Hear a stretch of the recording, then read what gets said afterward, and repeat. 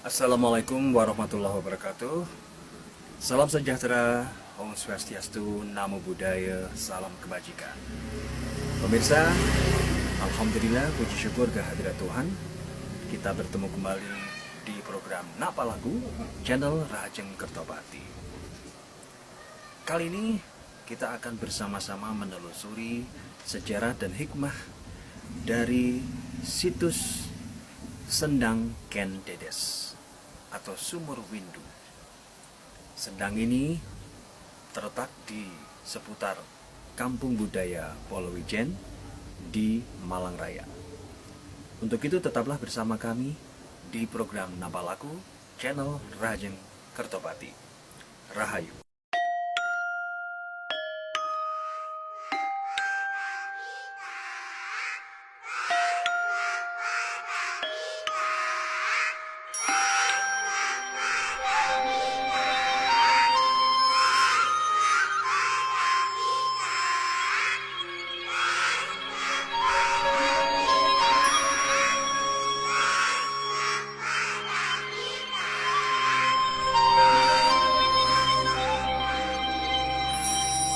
Namo Bhagavate Arya Paramita.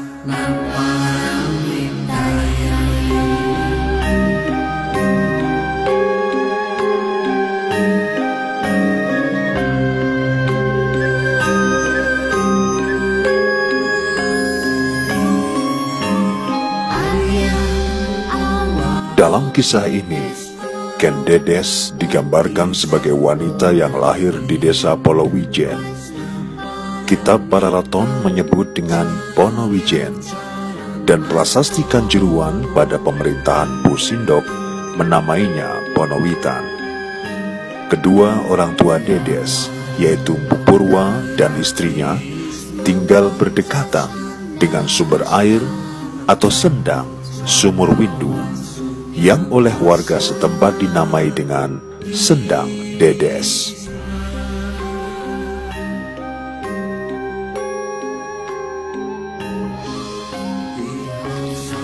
Dikisahkan bahwa sendang ini buatan Joko Lolo yang sakti mandraguna asal Dinoyo sebagai prasyarat untuk bisa menikah dengan Ken Dedes asal Polowijen yang cantik rupawan. Mengingat pengaruh yang dimiliki oleh Joko Lolo di Dinoyo dan sekitarnya sangat besar, maka Empu Purwo setengah menolak serta merta mengajukan syarat bahwa Joko Lolo bisa meminang putrinya bila dia mampu membuatkan sendang untuk kebutuhan warga Polowijen dalam waktu semalam.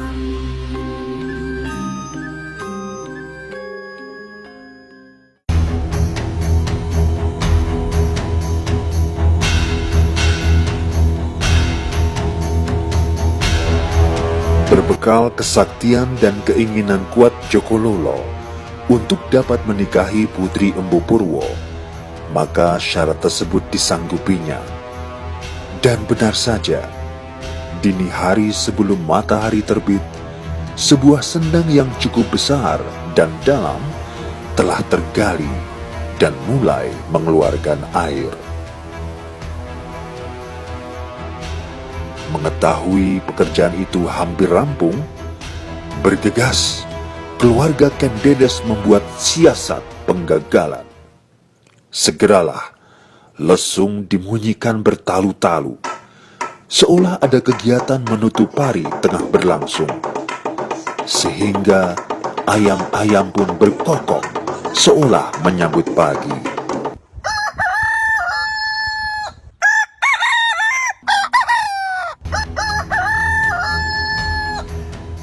Joko Lolo pun marah, merasa disiasati, dan mengatakan, "Ini belum pagi, kalian menumbuk padi terlalu awal, sehingga ayam berkokok bersaut-sautan. Ini kelicikanmu, Bagawan Purwa. Semestinya sebagai seorang bagawan, engkau mampu, suci, baik dalam perkataan atau perbuatan.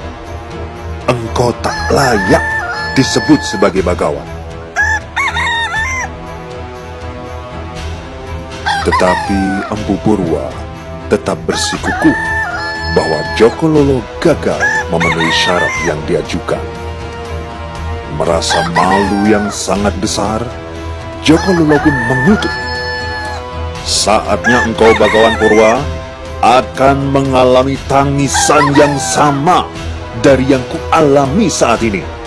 Dan kau, hei Dedes, wanita sombong, selamanya kamu hanya akan berderai air mata."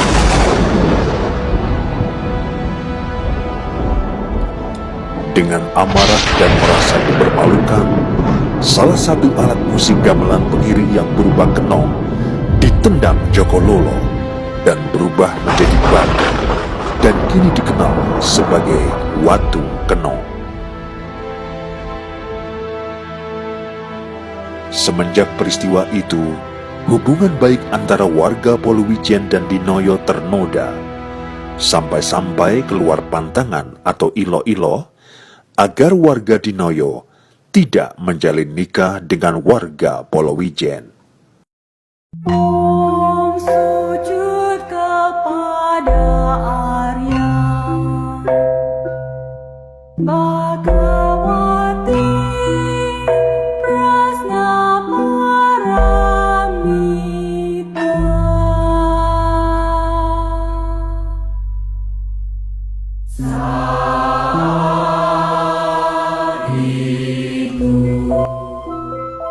Tahun pun berganti tahun, dan masa pun telah berubah. Ken Dedes telah menjadi istri dengan cara paksa dari seorang Akuwu, seorang yang memiliki kekuasaan di Tumapel, di mana Polowijen menjadi bagian dari Tumapel.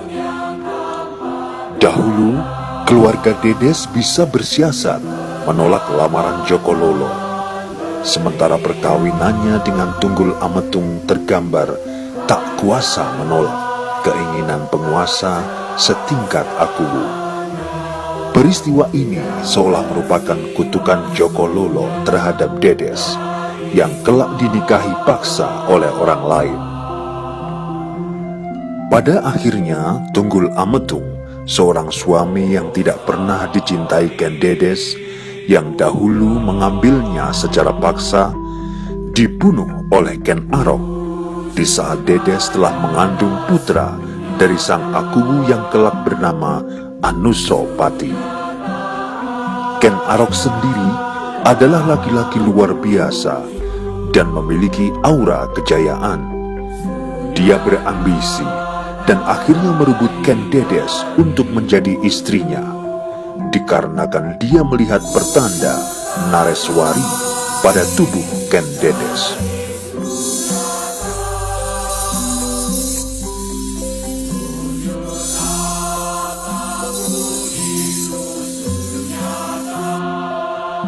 Bahagiakah Ken Dedes terlepas dari Tunggul Ametung dan dinikahi seorang yang lebih muda dan lebih menarik baginya?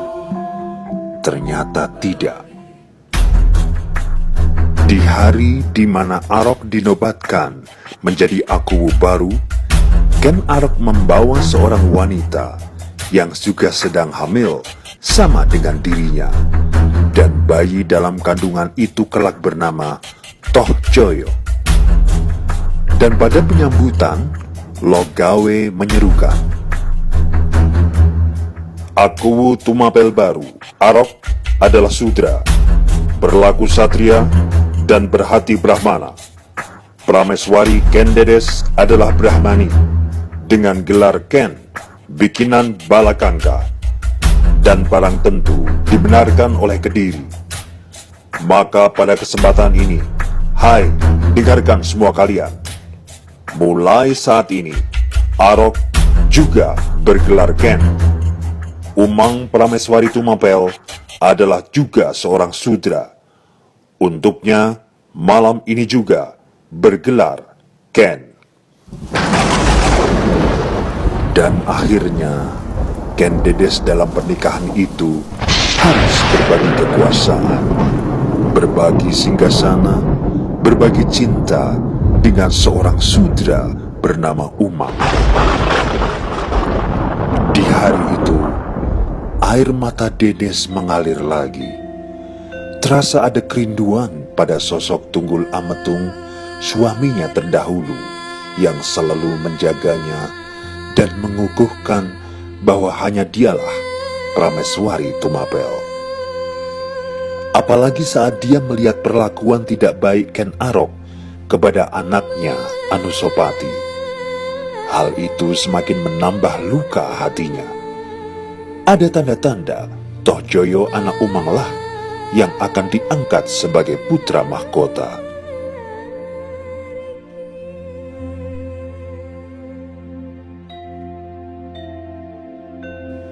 Ken Dedes menahan jerit tangis dalam setiap hari-harinya. Dalam hati kecil, dia masih merasa, akulah Prameswari Tumapel. Arok dan Umang hanyalah sudra yang membunuh suamiku. Arok tidak akan menjadi Akuwu kalau tidak menikahi aku. Tahta harus menjadi milik Anusapati putraku, bukan untuk Tohjoyo. Tak sudi bagiku untuk berbagi kekuasaan dengan wanita lain yang tidak memiliki jejak laku pada wilayah kekuasaanku.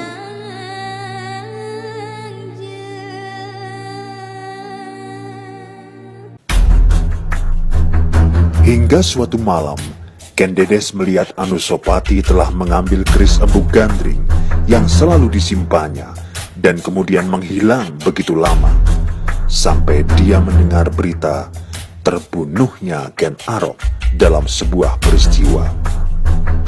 Kembali, Ken Dedes terluka lagi. Walau memang tidak pernah bahagia dalam perkawinannya, tetapi sejatinya dia tak pernah tidak mencintai Ken Arok.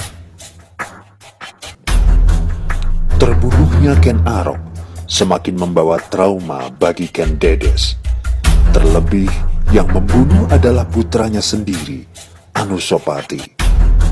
Dia kecewa banyak hal pada Ken Arok, tetapi tidak mungkin terbersit dalam benaknya untuk membunuh laki-laki yang telah mengkaruniai putra bernama Mahesa Wong Ateleng itu.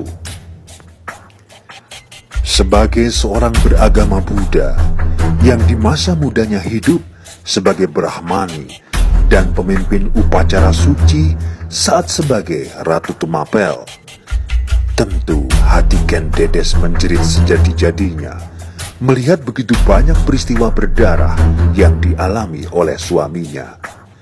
Tragedi demi tragedi menjadi derita yang terus menghunjam batin Ken Dedes, mencabik-cabik perasaannya. Dia diliputi rasa bersalah yang besar kepada Akuwu Tunggul Ametung, suami pertamanya, karena tidak pernah mencintainya, dan bahkan lalu menikah dengan pembunuh suaminya itu. Pun juga Ken Dedes merasa bersalah kepada Ken Arok karena sering membiarkan Anusapati menyaksikan air mata penderitaannya hingga keris Gandring dikuasai oleh anak kesayangannya itu. Dia merasa seolah telah memberikan bara kepada Anusapati untuk membunuh ayah tirinya.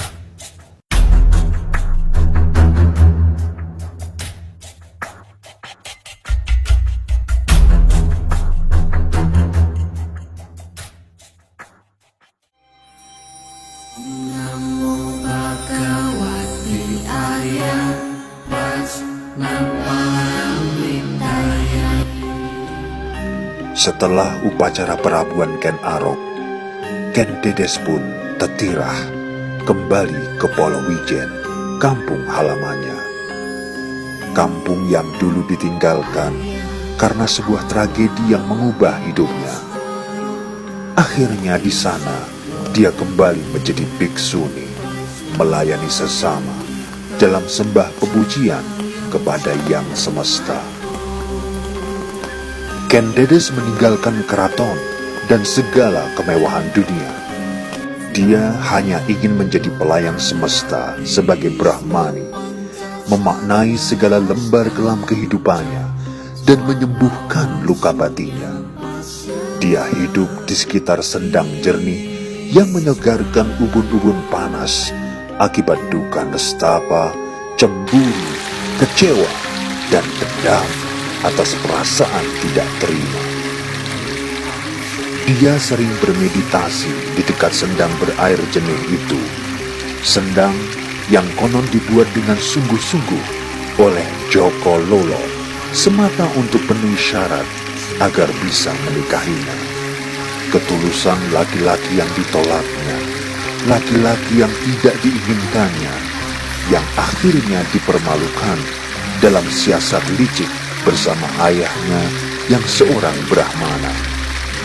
Akhirnya, justru sendang buatan Joko Lolo menjadi teman setia dalam sesuci samadinya. Atas segala sikap perilakunya yang tidak sepantasnya kepada laki-laki pada beberapa dasawarsa lalu itu, Ken Dedes lantas berucap lirih, "Maafkanlah kami, Joko Lolo."